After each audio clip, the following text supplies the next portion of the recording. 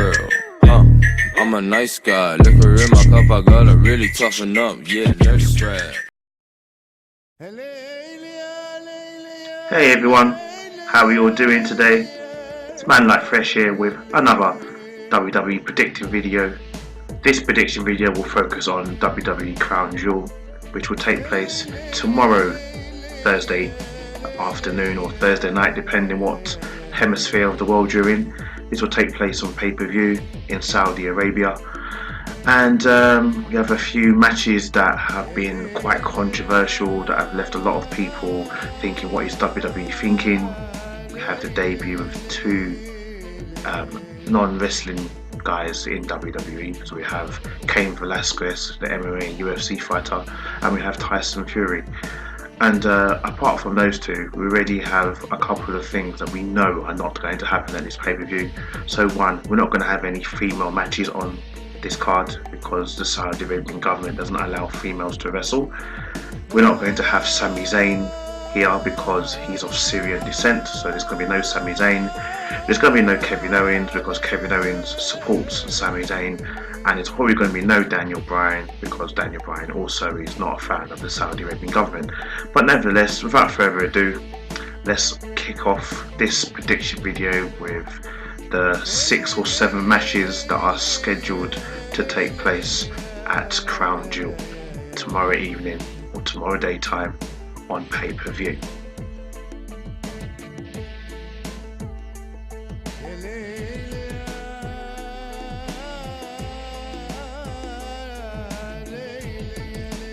And we already know that on the kickoff show of Crown Jewel, we're going to have a 20-man over-the-top battle royal where the winner takes on AJ Styles for the United States Championship.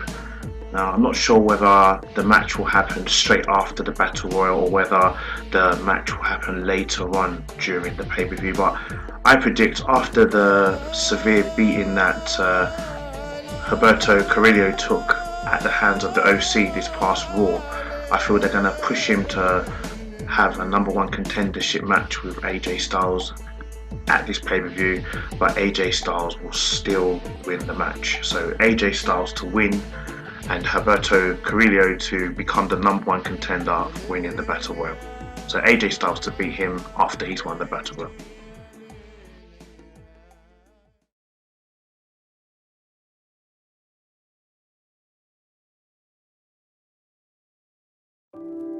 Right, the next match which I'm going to focus on this pay-per-view is going to be Mansoor taking on Ceasaro. Now, many of you are wondering, who is Mansoor? Right, Mansoor was the guy who won the 50-man over-the-top battle royal at Super Showdown this past July, and he eliminated Ceasaro in that match. So I feel they've put this match together to be a rubber match to see if Ceasaro can get redemption after he lost to Mansoor.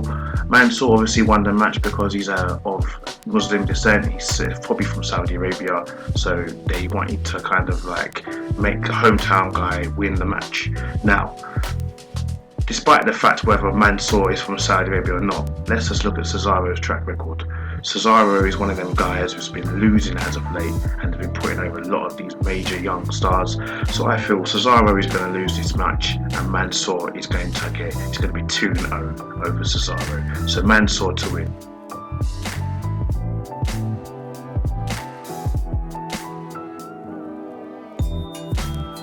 And at this pay-per-view we have Tag Team Turmoil, where we have majority of all the major teams in WWE battling in a Tag Team Turmoil style match to determine who will be the best tag team in the world. Now, whenever I hear best in the world, I can't help but think of Shane McMahon, how all those talents last year that did the best in the world tournament for the trophy literally busted their ass off for Shane McMahon just to come in and last minute be Miz's replacement and win over Dolph Ziggler. Now, let's just take that whole situation out of the equation and focus on this match. So we have the OC in Carl Anderson and Luke Gallows. We have the Revival in Dawson and sort of Dash Wilder. We have Zack Ryder and Hawkins. We have the Lucha Lucha house party in this. We have the B Team, Heavy Machinery. We have the Viking Raiders, who are now your current Raw Tag Team Champions, and we also have the previous Raw Tag Team Champions in Dolph Ziggler and Robert Roode. And then, of course, we also have Big E and the former WWE Champion Kofi Kingston in this match, as Xavier Woods is out. And I can't help to feel the way that WWE did Kofi Kingston over the WWE Championship was absolutely disgusting, but we'll talk about that later on when we get to Brock Lesnar. So I feel as a way to kind of give Kofi Kingston the shine and give him a little bit of a rub back, as to say sorry for the way we made you lose the WWE Championship to Brock Lesnar, I feel the New Day is going to win Tag Team Turmoil. Though I'm not sure how this is actually going to work, whether it's going to be a kind of like gauntlet match where two teams start off and one team's eliminated and the next team come in, or we're going to have like a tag team battle royal kind of thing, or whether it's going to be like a King of the Ring style tournament. I have no idea how they're going to do this, but like I said, I feel like Kofi Kingston and Big E are going to win this match. And let's just pray that this will actually cause Kofi Kingston and Big E to turn heel, so we can get a program out of them too. So Big E and Kofi to win.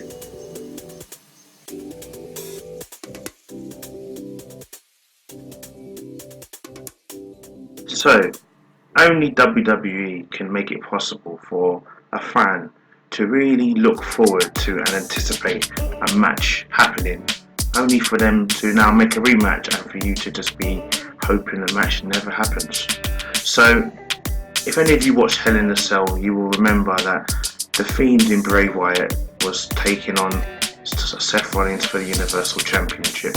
Now, Seth Rollins was made to look completely weak against Bray Wyatt in that match, in the sense where Bray Wyatt wasn't selling none of his moves. However, they made Seth Rollins look like almost like a heel by constantly throwing chairs at Bray Wyatt's head, stamping on him over and over again, curb stomp, curb stomp, curb stomp, making the curb stomp look weak, and in the end having a match where the referee actually called for the bell in the Hell in a Cell match. The match ended in a no contest or disqualification, whatever you want to call it, in a Hell in a Cell match. And for a character who has been built up to be a monster heel, for him to now be called out by the referee and for stretchers to come out to come and take him out. I mean, granted, Bray Wyatt got up and beat the hell out of Seth Rollins at the end and made him bleed from the mouth, but this match was absolutely abysmal, the way it ended, and I've got a feeling this is not going to end any different. Now, we all know that Bray Wyatt is now back on SmackDown. He's on SmackDown, and why he's fighting Seth Rollins for the Universal Championship is beyond me. So I can only say that this match is going to end on a no contest. So with any luck, maybe The Undertaker, who was not actually billed to be here, but may actually turn up, may actually choke slam the shit out of both of them, or maybe Eric Rowan, who feuded with Seth Rollins this past Monday on Raw in a last man standing match, which he's fighting Bray Wyatt in tonight with. Maybe he'll get involved, or I just can't see this match ending in both men either taking a pinfall or even Bray Wyatt walking out the championship. It's just going to be a case of it's going to be a no contest, and as we're in Saudi Arabia, WWE won't care about putting on a good show, they just care about the money. So I believe this match will end on a DQ or end in a no contest. So neither man to win, but Seth Rollins to retain the championship.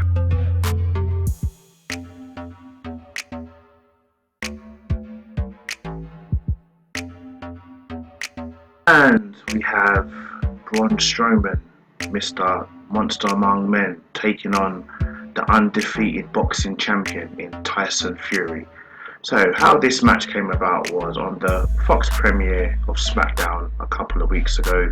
Tyson Fury was in the audience with his family, wearing the most hideous outfit, when Braun Strowman was in a mixed tag, he was in a, I think it was a four-man tag team match, which involved him teaming up with some randoms, I can't remember who it was now, and literally got into an altercation with Tyson Fury, and we've now got to a stage now where Tyson Fury is making his debut in WWE at Saudi Arabia against Braun Strowman. Now, if any of you do remember what it's like when a non-wrestler comes into WWE, WWE will always find a way to put these guys over. So whether it would be LT taking on Bam Bam Bigelow or beating Bam Bam Bigelow, or whether it be Floyd Money Mayweather knocking out the Big Show with a knockout punch, or even Butterbean beating up Bart Gunn in a boxing match challenge. Let's face facts, as much as a joke as WWE has made Braun Strowman, they're not going to let Braun Strowman beat the undefeated boxing champion. So Tyson Fury to win the match. That's all I'm going to say. Tyson Fury is going to beat Braun Strowman, and Braun Strowman's stock is going to drop even further than it did already.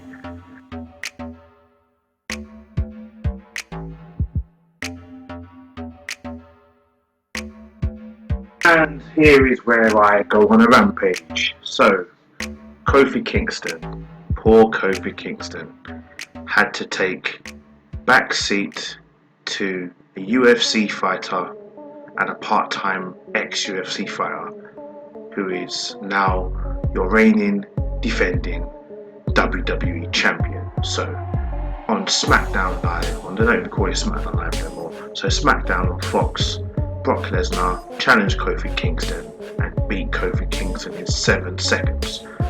After Kofi Kingston lost the match, Cain Valesquez, the brother who beat Brock Lesnar back in UFC, came out as in, I don't know whether this is genuine or whether this is storyline based. Cain Valesquez is Dominic Mysterio's godfather. So Rey Mysterio's son, Dominic, is the godson of Cain Valesquez. So Cain Valesquez come out with Rey Mysterio after the match, and he challenged Brock Lesnar to a WWE Championship match. So imagine you've never wrestled in your life in WWE, and your first match you ever have in the WWE is against the WWE Champion for the WWE Championship. So you can understand why a lot of people behind the scenes and a lot of fans are pissed. But anyway, let's just get down to it. So Brock Lesnar, this past SmackDown last Friday, F5'd Rey Mysterio, Cain Valesquez and Dominic all in the training room. And I do believe Cain Valesquez got a bit heated towards the end of the show, cussing and swearing in Spanish or Mexican, whatever language he speaks.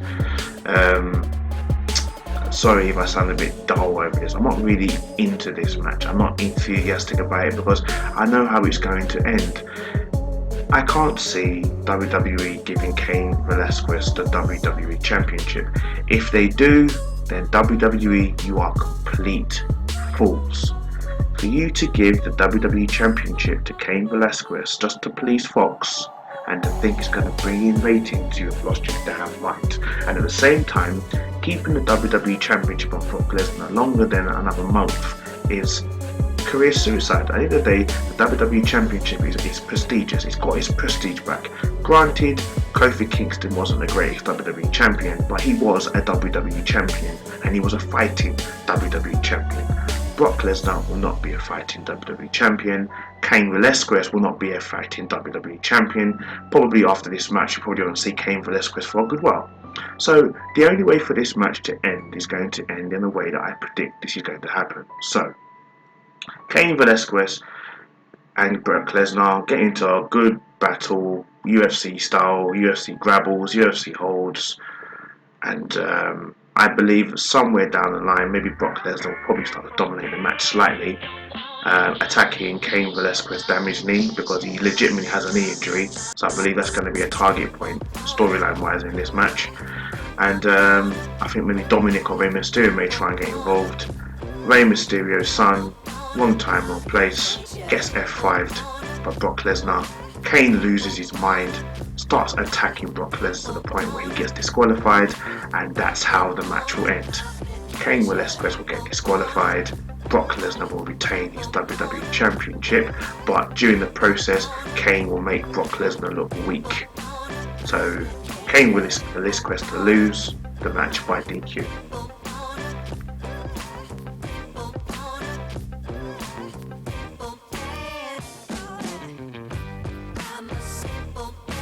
And if we go by past Saudi Arabian events, we all know the Saudi Arabian government, especially the royal family, they are very keen on nostalgia. So they love the old school guys. So I have a feeling that this is going to be your main event.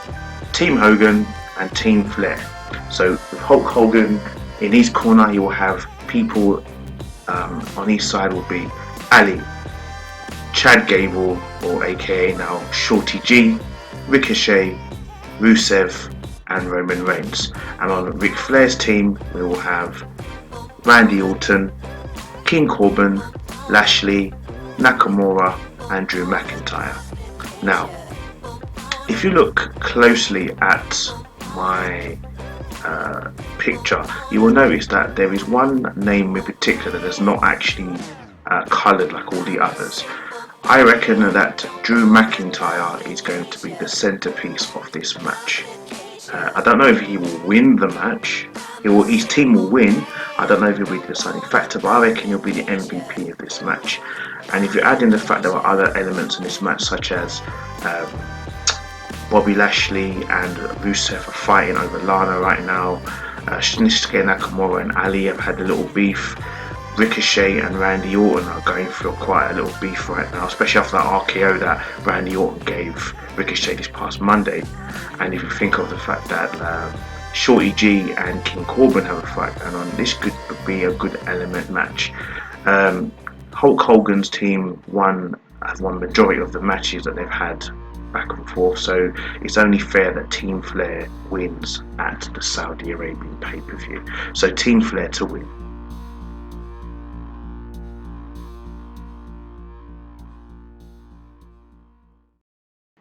And now we've reached the end of this prediction video, and I do believe, just like all the other Saudi Arabian pay-per-views that WWE has done as of late, this one's not going to be the greatest of pay-per-views, but it will have the most fireworks.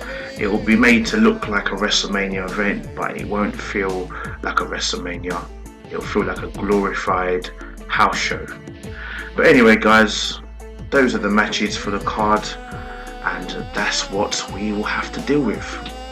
So ladies and gentlemen, if you would like to like, subscribe and share the content by clicking the notification bell and sharing the content with your friends, so you can be updated on any videos that I have on YouTube. And if you're watching on Dailymotion, like the video, follow the video, and share my content with all your friends and family. So ladies and gentlemen, this is Manlykefresh wrapping up this poor of an excuse for a pay-per-view, and I will see you at the next pay-per-view. You take care. Bye bye.